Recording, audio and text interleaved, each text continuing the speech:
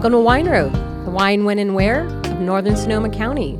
I'm your host, Marcy Gordon, with Beth Costa, Executive Director of the Wine Road. Thanks to Ron Rubin, we're able to keep our podcast rolling along. The financial support of River Road Family Vineyards and Winery allows us to keep recording, keep sipping wine, and keep sharing stories with our listeners. Check out their website at riverroadvineyards.com and explore their Chardonnay, as well as a finely crafted Pinot Noir from the Russian River Valley. That's riverroadvineyards.com. And hey, thanks, Ron, for allowing us to make this show happen. Welcome to episode 232. Today, Beth and I are going to do a little catch-up. We're going to let you know what we've been doing, what's new in the area, and all the fun things that you might be missing out if you're not visiting Sonoma County. And then, to get that started, I, of course, without a winemaker here, brought some sparkling for us. Beth knows how to integrate. Yes. Yeah, so what did you bring? I brought, sparkling? Yeah, from West Wines. They're right in Dry Creek Road. This is their Seafoam, the Blanc de Blanc. That's one of my favorites. It's one of my favorites. We did that huge sparkling tasting at my house one time. That's right. It was, hilarity ensued. Yes. Well, we tasted probably a dozen or more. 13 wines, and this was in our top 3, I think, for sure. Yeah, I definitely love this. And I brought this because a good way for us to start the show. And then usually we just finish the shows and drive home. But today we're going to stay here at Richard's and have lunch. So I thought, I'll bring this. And then we can have it for lunch. At the Richard Ross Event Center. Yeah, the event center. The wedding event center, the anniversary event center, the child care daycare center. And recording studio. Now the recording studio is a side gig. Side gig from the event studio. Okay, so Marcy, you just did this really incredible press event. And I think I'd really, the listeners would love to hear about that because it was quite an adventure. Yeah, so I was privileged enough to be invited to do the Wine Writers Educational Tour. And this is an event that's it's organized by Fred Swan, who's an educator in wine. And I've known Fred, I think I met him in 2009. I've known him a very long time. And he takes people, or wine writers, wine media, on a deep dive into areas. And I think the first one was in Napa, and then we went to Willamette Valley. There was in Paso. And so this year, it was in Sonoma. Nice. And when he first started talking about it, I'm thinking, Sonoma, I know I'm not that interested, what do I care? Because I kind of said this in my write-up about it, after years, I've been working in wine for a long time. And honestly, I kind of was falling out of love in wine because it became like an obligation. It wasn't like, before I had a wine, I had to take a picture of the label. And it's just all the fun started to drain out of it over the years. And then I thought, but all my friends are going to be on this tour. So I don't really see these people. People come from all over the country. So I said, okay, I'll do it. Show me my backyard. Well, my little head was snapped back because we live in the most beautiful region. I really felt like I fell back in love with Sonoma County. People were staying. I also had the privilege of sleeping at home because I live here, so that helped a lot. But, every day people are on the bus and going to places. But I was driving because at the end of each evening, I would just drive home. And I'm driving down West Side Road and East Side Road, and I'm like, holy mackerel, I can't believe I live here. Right. Because I so take it for granted. I just... even though I work in the industry, I'm mostly working from my room in my house. Well, that's the thing. The times that I've appreciated this area the most is when I've hosted a press tour because it's the same thing. I'm just out enjoying it. And, as soon as the press leave, then I'm back to just, going to the grocery store and doing laundry. Right. And this was a very deep, very studious. There was seminars, and we were in a very deep dive into the regions of Sonoma County. We were at J. We started at J one day and did bubbles. We went to Gary Farrell and we did the different neighborhoods and regions for Pinot Noir. Mm-hmm. We were at DeVero. We were at McRosty. We were at you went out to the coast. Robert Young. And that, it was 4 days. And each day I'm like, I was just blown away by the wines, the regions, the deep, Fred organizes this very well. It's very nitty gritty. I don't think a regular consumer would be that interested in that level of granularity. But as a wine person, it's it's, you can't get this anywhere else. So at each place that you went, there might be 4 or 5 winemakers there. Yes, and then would be panel seminars, and we do like maybe 10 to 15, 20 wines, because we do the region and then the sub neighborhoods and the sub AVAs. So you got a very, very thorough overview. And then being able to speak with the winemakers and have them, let us ask questions, it was great. And on the 4th day, we went out to Fort Ross Seaview AVA. So that's not a trivial journey. That's a commitment. That's like, way out windy road on the coast. And we went to Fort Ross Vineyard, where Jeff Pizzoni is the winemaker. And this is where the whole concept of terroir comes in. Like, people are always talking terroir, the climate, the soil. Like, why does that matter? Well, when you're in the vineyard and you're feeling the air and you're seeing the slope, and you really start to put together why place matters, because it really does. And then you're tasting the wine and you start to make these connections. So even for the layperson, I think it's a really great thing to get out in the vineyard when you can, if you can be talking to a winemaker when you can. And that's what Sonoma allows. There's such a great access here. Like, it's different from other wine regions in that these are a lot of families, but people are just brimming with wanting to show you and tell you about it. You. Right. Yeah. So that was great going out there. It was beautiful. They have all this protea, which are these flowers native to South Africa. Oh my God, they're beautiful. And it was freezing. I've never even heard of those flowers, but I saw your photos and it looked amazing. Oh, gosh, they're just gorgeous. And that's kind of their little emblem. Those wines were gorgeous. It was just such a privilege. And I really felt, wow, I am so lucky to live here. And I did fall back in love. I'm back in love, renewed my vow to Sonoma County. We had the kickoff was with Carissa Cruz from Sonoma County Wine Growers, and talking about the programs they do. It's just... They do so much. I mean, it's incredible. And so it was really a great week. I was so happy. And the last day was in Sebastopol. So like on the last day, I'm like, okay, I'm not spitting anymore. I'm drinking, because I'm just walking home from here. Our last was at Costa Brown, which is really nice. And all the wines were just beautiful.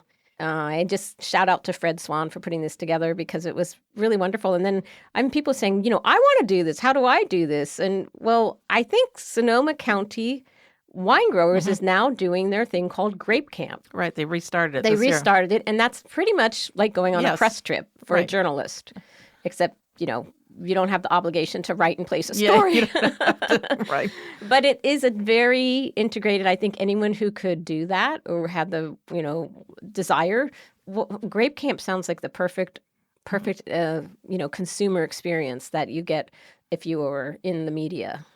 It really is, Grape Camp. You're really helping with the harvest and doing lots of tasting in between and great meals in between and lots of talks from winemakers. It is a great experience. Right. On the first night of the program, we ended up at Dutton Ranch, and we had this beautiful long table dinner with all the families that have been farming for over 100 years. It was just really touching. I felt very connected to all those people. Plus, I drive by that Dutton Ranch all the time. I've never been up there. Oh, yeah. So that was like, wow, I can see my house from here. Well, not actually, but generally speaking, just being able to see your own region with new eyes, it was a great gift. And I really, really am glad I went. And it was just reinforced. Like, I had never been to Jay. Oh, my gosh. I mean, I drink their wine. I know it well, but I had never, I never went to the Empire State Building. So I'm like, what is wrong with me? Oh, my gosh. How can I have not been here? Yeah, that's usually a regular on my list. Yeah, I love their sparkling. Driving out to Robert Young, what a setting up by the Scion House looking over. We had a Cabernet seminar. I saw a bald eagle on my way out. And then afterwards, we all went to Diavola. It's a sign. I saw bald eagle again. And I'm like, this must be the place. I'm supposed to be here. I could say I need to get out of the house more, but... Oh, my gosh. Coming down the driveway from Robert Young, there's just so many beautiful old oak trees right there. Almost every time I come down that driveway, I stop and take a photo, and I think, I've taken this photo 100 times, but it's just so beautiful. And every vista where we had our seminars, like one was at Ramey, so we're in the cellar where it's quite cold, but then at Gary Farrell, we're on the tasting patio, at Robert Young, at McRosty. I mean, it was just Sonoma, here we are. Right. It was very cool. So I'm grateful I got to go. And it really did, reminded me of, the community, the camaraderie, Right. how excited winemakers are to share with you. And some of it was, very technical, but still, I'm happy I live here. That's all I have to say. So we had a little conversation when we were having lunch a few weeks ago, and I was saying I just read this article about winemakers need to stop talking about terroir and that consumers aren't interested. And I tend to agree with that. I feel like it gets too complicated and most people don't want to go that deep of a dive. But you had a good comeback, as usual, and saying how the more people can taste in the area and determine really what they helps them fine-tune what they like. Exactly. And then when they go tasting at another winery, they can say... That's why it's important. So for me, I found my palate. I love West Sonoma Coast. I love Petaluma Gap. Of all these different regions, it's like dialing in your flavor preferences. Because if you taste widely and you taste from wines that are grown in all these regions, you don't even have to be experienced. You will notice a difference. Right. And that's what it helps you hone that fit and discover wines you might not have known. But that's why labeling, that's why terroir. People say, why do you have all this stuff on the label? Why do I need to know it's Sonoma Coast, Petaluma Gap, blah, blah, blah, blah. Because then that fits me well. I like that. So then when you see it on a restaurant list and you're not familiar with any of those wines in particular, but you can see that this one this is from Petaluma Gap. Like I have really enjoyed all the wines I've had from Petaluma Gap. Right. So. And my palate loves Green Valley, Laguna Ridge.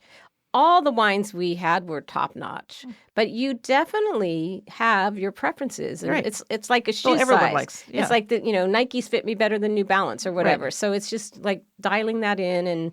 And for me, I was like, oh my God, I really do. Green Valley is my sweet spot. I love Laguna Ridge, Petaluma Gap, and West Sonoma Coast. That's why you need to pay attention. And people do, drone on about terroir and how important it is, but it's those sub-regions and climates because we have very dynamic climate here.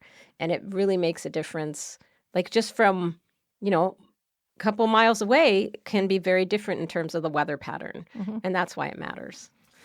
Good explanation. I think that's a good explanation because I think that it can sound just too technical and over my head and I'm not interested. So yeah, when people start talking about the soils and the slope and we get this many daylight and then we're at this elevation and like just let's see if we can taste that. Yeah, right. That's a little different. Well, that sounds like an amazing adventure and you did a nice post about it. I did. I wrote up about it. And it's such a privilege, to be at these long table dinners. It's magical.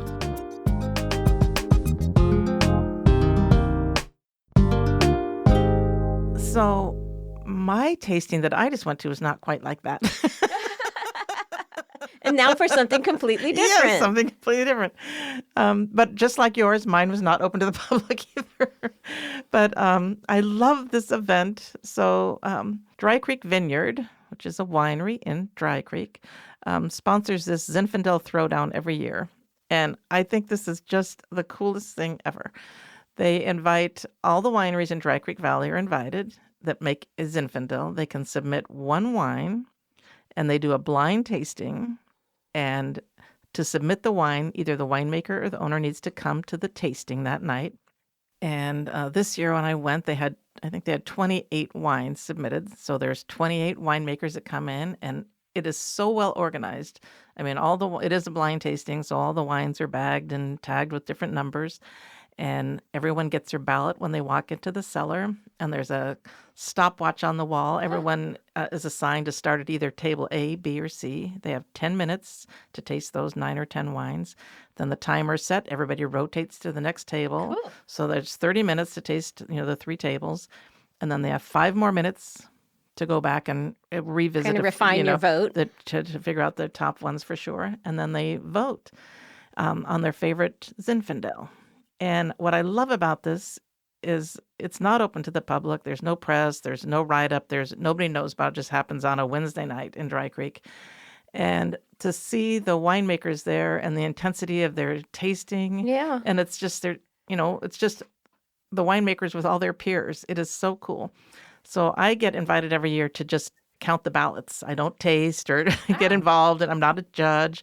So I count the ballots. The deck. Yeah, and I get to help announce who the winners are. And it's just super cool. And then I really appreciate that the family at Dry Creek Vineyard puts this on as just a nice way to build community for the winemakers out there. They put on a great dinner. They have music going, and all the wines after the voting's done, all those wines are brought out to the table for people to enjoy, and it's just a really fun night. And the setting is always beautiful. Nice. The tasting is in the cellar, and then they do this big dinner out on the lawn, and then they announce the winners. And who were the top winners? So this year, the third place went to Dry Creek Vineyard, and it is a blind tasting, so absolutely no one knows. That's nice who it went. To do it that way. And I can't remember. I'm drawing a blank on who this. Oh no, the second I think was Moritzen. Oh. And then the winner was Baca Wines, which was I love Baca's Zinfandel. But I was surprised. I've had their Pinots. I don't think I've ever had theirs. Zinfandel's one of my favorites. So it won out of 28 zins, and so the winner gets this year. They had a big banner made with the Dry Creek Wine Growers logo on it, and it says Zinfandel Throwdown winner, and so. In the years past, there were big wine glass trophies that were etched or whatever. So if you'd go into a winery, Taldeschi has won in the past, and Papa Pietro's won. You just, it's different every year. That's cool. And so the little trophy will be. So it'll be the Baca tasting room. Yeah, which is a great. I love that tasting room. It's like you're sitting at the bar and you're just looking out at the vineyards. It is an awesome spot. We have so many beautiful places here, which I now do not take for granted. Yes, I know. One thing I wanted to add, this story I wrote is on my blog. That's what I thought. It's on Come for the Wine. I completely forgot about my blog. Okay, so I thought I thought it was on your blog. So it is on comeforthewine.com. That's my blog. I've had that blog for 16 years.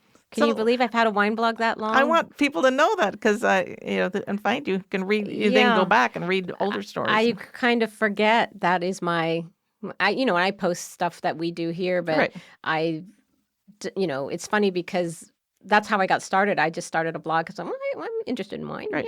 And wine blogging. It was very good for me to do that. But yeah. So people can go see it there. But that sounds like fun, this Oh, my God. It was a blast. It was totally a blast. And let's see. I think that's kind of it. Do you have anything else? Do you have a book or anything you want to talk about? I have a new place I want to mention in Sebastopol. A new place. Oh, well, while we're talking about things that we love, I'm happy to say I live in Cloverdale, and there's this really great restaurant there called The Beet, B-E-E-T.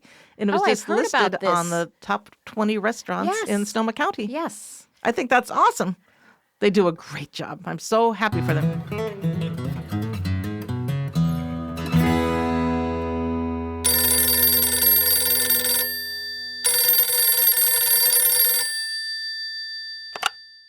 And who do we have on the line today? Hi, it's Craig Colagrossi at Colagrossi Wines. Ooh, Craig. Awesome. Great to hear from you. How are you, ladies? We're good. What's your Fast Five? Fast Five is a good old family recipe. It's the Recchiette with broccoli rabe. Recchiette. Love it. Yeah. I can't even say it. Yeah. La la la la. Broccoli rabe. La la la la la la. Super easy, super great. Okay. And, of course, you have to have a glass of wine while you're making it and there you with go. dinner. Yes. So basically, just boil the broccoli rabe in salted water for 4 or 5 minutes. Remove it with tongs. Save the water because we're going to use that to boil or cook the pasta. Okay. And then cook it al dente, 8 to 10 minutes or so. And then meanwhile, in a skillet, you're going to heat up some olive oil and saute some minced garlic and some anchovies. And let that get nice and soft and kind of start browning. And then add the broccoli rabe back to that skillet to get it all nice and flavorful. And then drain your recchiette, dump it back in the pan, the saucepan, and away you go. Mix it all up. Maybe put a little cheese, a little bit of red flakes. Delicioso. And you're done. That sounds amazing. That sounds so good. As my dad would say, piece of cakey. Piece of cake. And pour yourself a glass and enjoy. So what are you drinking with this?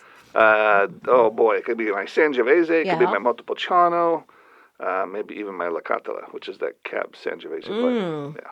That's fantastic. Vermentino wouldn't be so bad either, but I'm sold out. So can't be drinking that.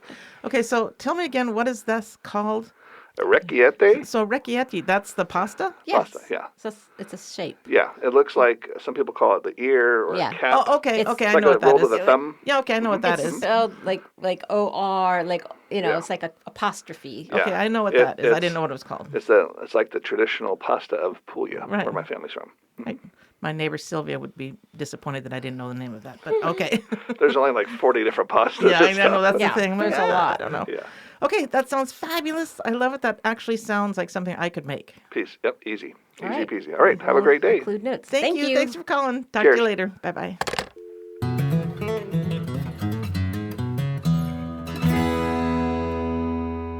So a couple of weeks ago, or it might have been a month ago, Richard gave us like a bushel of organic Meyer lemons. Yeah. And there happens to be on Main Street in Sebastopol a new store that is called Gather. Oh, And it's dedicated to the home arts. So like knitting and canning and preserving and all these different things you can do with our bounty here in Sonoma County. And so I had these lemons, and they have their inaugural lemon preserving class. Oh. So I signed up, and it was the first class they did, and it was so much fun. There was 8 of us, and we made limoncello, we made preserved lemons, we made lemon curd, and we made lemon marmalade. Oh, And I nice. brought this for Richard. Richard, That I is have so a gift awesome. for you. So you had to bring your lemons to the class. Everybody brought their own lemons. They or provided they the provide lemons, them? but then Okay. after from all what I learned, I went and made more Made stuff. more, Because yeah. the first thing I made with the lemons Richard gave me was shrubs, Oh, yeah. because that was easy, and I know how to make shrubs. Right. But this was so much fun, and I just want to give a shout out. It's on Main Street. It's called Gather, and the women who run it is Erin Hillerman and Jen. Sorry, Jen, but I don't even want to trying to pronounce your last Jen, name. we're just gonna go with Jen. But so Jen and Erin, super cute store, great community. They have like these drop-in knit, just hang out Right. and do knitting. So they have sewing classes, beautiful, all the different things you need for fermenting or canning or knitting, right. all the yarns. It's a wonderful addition to Sebastopol, but so for locals and if you're visiting, Yeah, it'd be a fun store. you could take a look on their website and book a class Yeah. in advance. And I think they're doing like some rhubarb coming up. So really cool. I had so much fun. And I just wanted to shout out to that because it was really cool. And Richard gets to be the beneficiary. That's so. nice. And He's on there clapping. He's excited. Okay, and then what else? Any books or anything? Yeah, so I do have a book. This book is called 1,000 Vines, A New Way to Understand Wine, and it's by Pascaline Lepelletier, and she is a somm. She's kind of a very well-known writer about wine. I love this book because it's almost literary, her writing style, but it's also a very holistic approach to wine. There's so many wine books, but this is... I just found this fascinating, the way she writes about wine. It's very, very comprehensive and very deep, but it's also a pleasure to read. Her prose, I thought was very great. But, it has the classic Has pictures for me. pictures. But, it's all about winemaking. But the approach to me, is very grounded and very holistic. So this is called 1,000 Vines, A New Way to Understand Wine, Pascaline Lepelletier. And I say, go get this book. It's beautiful. Then, before we end, I always have one last thing just to annoy everyone here. Please, we live to be annoyed by you. So really, this isn't groundbreaking, but just a little heads up, about a month from now, tickets will be going on sale for the Wine and Food Affair. It's the first weekend in November. So look for tickets by around, I think, August 30th or so. They'll go on sale. And that's it. That's a scoop. All righty. We'll put links to my blog post. Yes. We'll put links to Gather in Sebastopol. And what else? Anything else? Nope. I think people are going to love when they find your blog. Oh, thank you. I think that they're going to really enjoy all your writing. I hope that they check it out. Yeah, check it out. ComeForTheWine.com. Okay, that's it. I'll see you along the wine road. Bye.